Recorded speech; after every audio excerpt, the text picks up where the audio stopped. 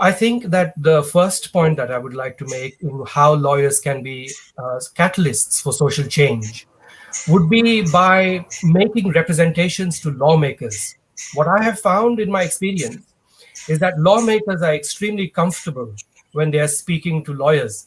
And the simple reason behind that is because lawmakers are not necessarily lawyers themselves.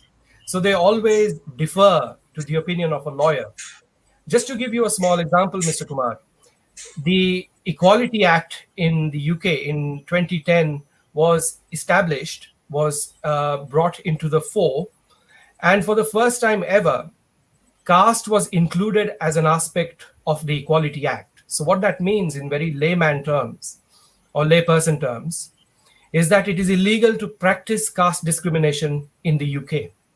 So this was a major move that was brought about by lawyers and campaigners like me in order to inform parliamentarians, in order to inform lawmakers that caste is an issue in English law and it needs to be tackled and it needs to have some kind of a legal remedy to be given to victims of caste discrimination.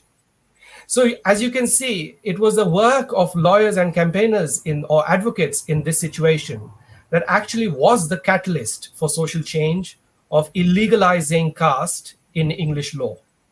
So I hope that answers your question with regards to how lawyers can bring about a change or be a catalyst of change. But there's another way in which lawyers can promote social change, and that is by starting legal proceedings in the interests of the public against the state. In the Indian Constitution, there is the facility for the public interest litigation. Similarly, in English law, we have something called judicial review. And what judicial review does is it basically holds the state accountable to any breach which may be ultra vires or which may be outside of the Constitution, and hold the state to account and take it to the High Court. So as a result, advocates can be a catalyst for social movements by holding the state accountable in case it acts ultra vires against the interests of the public.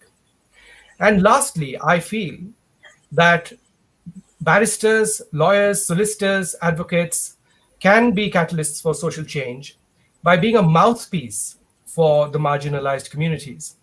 Unfortunately, as I'm sure Ms. Mridula and also Dr. Ahmed pointed out, that marginalized communities lack the facilities or lack the advocacy skills in order to bring their problems to the fore. So it shouldn't be a reason for them to be continued to be exploited just because they don't understand or just because they cannot speak the legal language. So as Ms. Mridula said, lawyers can be a bridge between what the marginalized communities are suffering from and the judiciary. So I think these are the three ways in which lawyers can act as catalysts for social change. One is they can influence lawmakers. The second is they can start legal proceedings in the form of PILs in India or judicial review in English law. And also they can be a mouthpiece for the marginalized sections of society. That's how I think lawyers can be catalysts for social change.